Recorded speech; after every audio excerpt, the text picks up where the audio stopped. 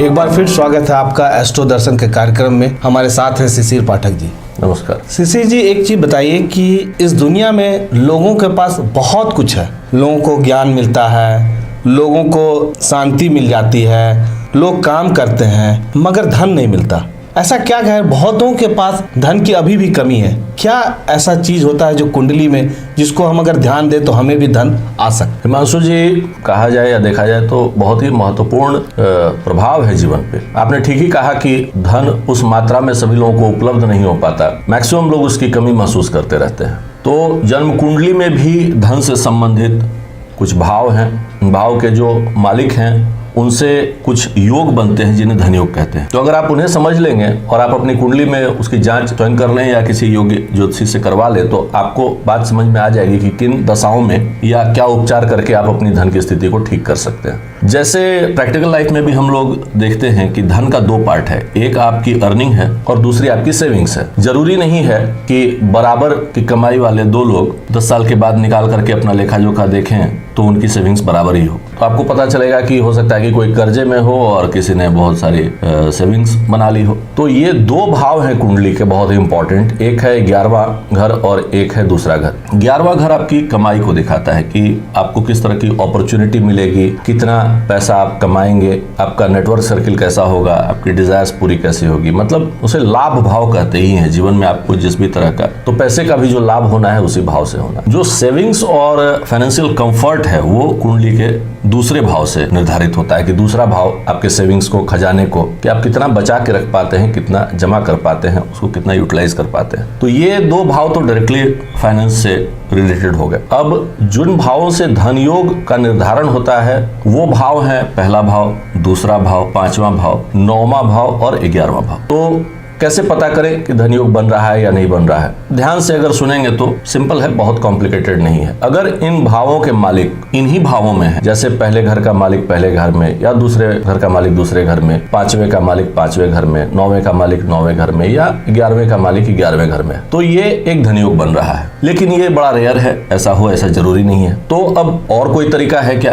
कि धन योग बन जाए? तो हाँ, धन योग के बनने का और तरीका ये है कि इन हाउसेस के लॉर्ड्स एक दूसरे के घर में बैठे हों। जैसे पहले का लॉर्ड दूसरे 5वें, 9वें, 11वें में जाके बैठ जाए, या इस तरह का कुछ भी, किसी भाव का भी लॉर्ड दूसरे भाव में बैठा हो। एक तीसरा धनयोग का तरीका यह है कि किन्हीं इन पांचों में से किन्हीं दो भावों के लॉर्ड किसी भी घर में साथ में बैठे हों। 5वें घर और 9वें घर का मालिक अगर 8वें घर में बैठ गया, 6ठे घर में बैठ गया, 12वें घर में बैठ गया, अशुभ स्थानों पे भी है, तो भी वो धनयोग निर्मित कर रहा है और उनकी दशाओं महादशाओं में आपको धन की प्राप्ति होगी। अब धन किसको मिलेगा, कितना मिलेगा, इसका निर्धारण पहले तो आप फाइंड आउट कर लें कि धनयोग बन रहा है कि नहीं बन रहा है। बन रहा है तो कितना।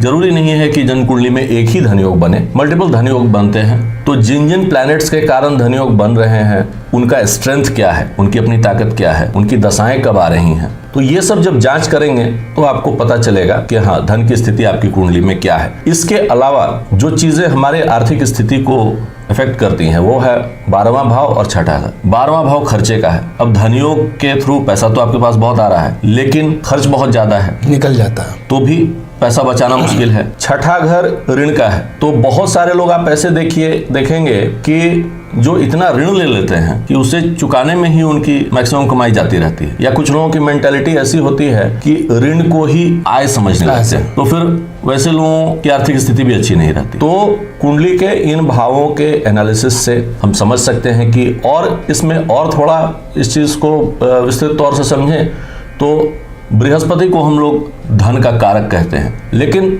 बृहस्पति को जिस जमाने में धन का कारक कहा गया, उस समय विद्या को भी धन समझाया जाता था, पशु को भी धन समझाया जाता था, जमीन को भी धन समझाया जाता था, सोना, गोल्ड, ऑर्नामेंट्स, इसको भी धन समझाया जाता था। लेकिन आज जो धन हम लोग समझते हैं वो है करेंसी, कि आपके पास लिक्विडिटी कितनी है। तो आज के जमाने में अगर हम धन बोलते हैं तो जो पिक्चर आंखों के सामने आती है वो शुक्र है। पैसे की अगर बात करें, लिक्विडिटी की बात करें, करेंसी की बात करें, तो वो शुक्र है। और बृहस्पति वाला धन तो बहुत विस्तृत उसका क्षेत्र है, उसके हिसाब से तो बहुत सारी चीजें धन की परिभाषा में आती हैं। तो मुझे लगता है कि जन्म कुंडली के इन एस्पेक्ट्स को देख करके आप अपनी आर्थिक स्थिति के बारे में एक सटीक जानकारी प्राप्त कर सकते। तो जैसा कि शिशिर जी बता रहे थे कि शुक्र का जो प्लानेट होता है वो आज के दिन में बहुत ज़्यादा इंपॉर्टेंट रोल रखता है धन को लेके। तो मैं बहुत से दर्शक जो हमें व्हाट्सअप किए थे और अपने प्रश्न को दिए थे कि पैसा तो आता है मगर वो दूसरे दिन ही वो निकल जाता है, तो उन सारी बातों को मैं आपको एक बार बताना चाहूँगा इस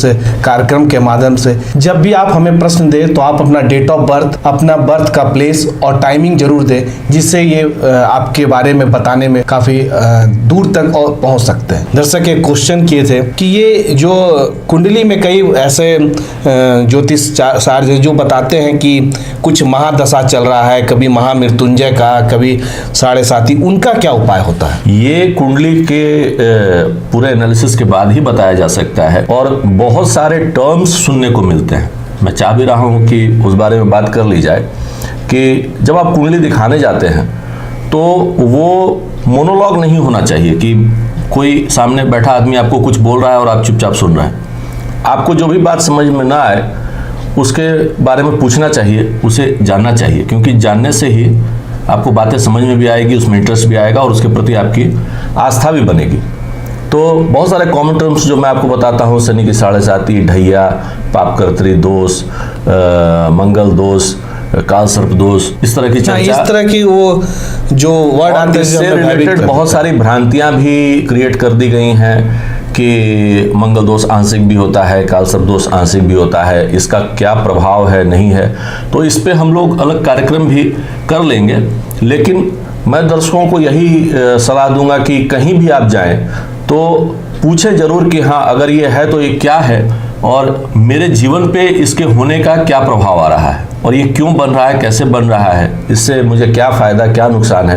क्योंकि जाने बगैर जब आप घर चले आते हैं और आप कंफ्यूज रहते हैं और आपको अगर कहीं से भी एक्सप्लेनेशन सही नहीं मिल रहा हो तो हमारे कार्यक्रम में आप हिमांशु जी को संपर्क करें, लिखें, व्हाट्सएप करें और हम कोशिश करेंगे कि आपको एक सही गाइडलाइन, सही जानकारी दे पाए। जैसा कि शिशिर जी बता रहे थे कि हम पूरे जन्म कुंडली को आपको समझाएंगे, आपके लाइफ में कैसे कैसे घटनाएं होंगी वो सारी चीज़ बात करेंगे। हम अपने दर्शकों को बता दें कि जो भी व्यक्ति हमारे व्हाट्सएप में अपना नाम दे रहे हैं उनके नाम कार्यक्रम में काल्पनिक की जाएगी। जैसे मान लीजिए किसी व्यक्ति का नाम है MK सिंह, तो उनको हम नाम काल्पनिक देंगे जो उन्हें बता दिया जाएगा कि उनका नाम हमने जैसे रख दिया गुड्डू, तो वो उस दिन कार्यक्रम में समझ जाएंगे कि गुड्डू बोलने से उनके बारे में चर्चा हो रही है। क्योंकि कई लोग ऐसे भी होते हैं कि जानना चाहते हैं अपने भविष्य के बारे में मगर लोगों को बताना नहीं चाहते हैं। तो मैं इस बात से भी आपको अवगत करा दूं कि आपके नाम को काल्पनिक किया जाएगा। आज के एस्ट्रो दर्शन में इस कार्यक्रम को हम यहीं पर छोड़ते हैं। शिशिर जी से अगले कार्यक्रम में हम मिलेंगे और जानेंगे और भी विस्तृत जानकारी जन्म कुंडली को लेकर। तब तक के लिए नमस्कार। नमस्कार। बने रहें thetimesmedia.com पर। आप हमें फेसबुक और यूट्यूब पर भी देख सकते हैं।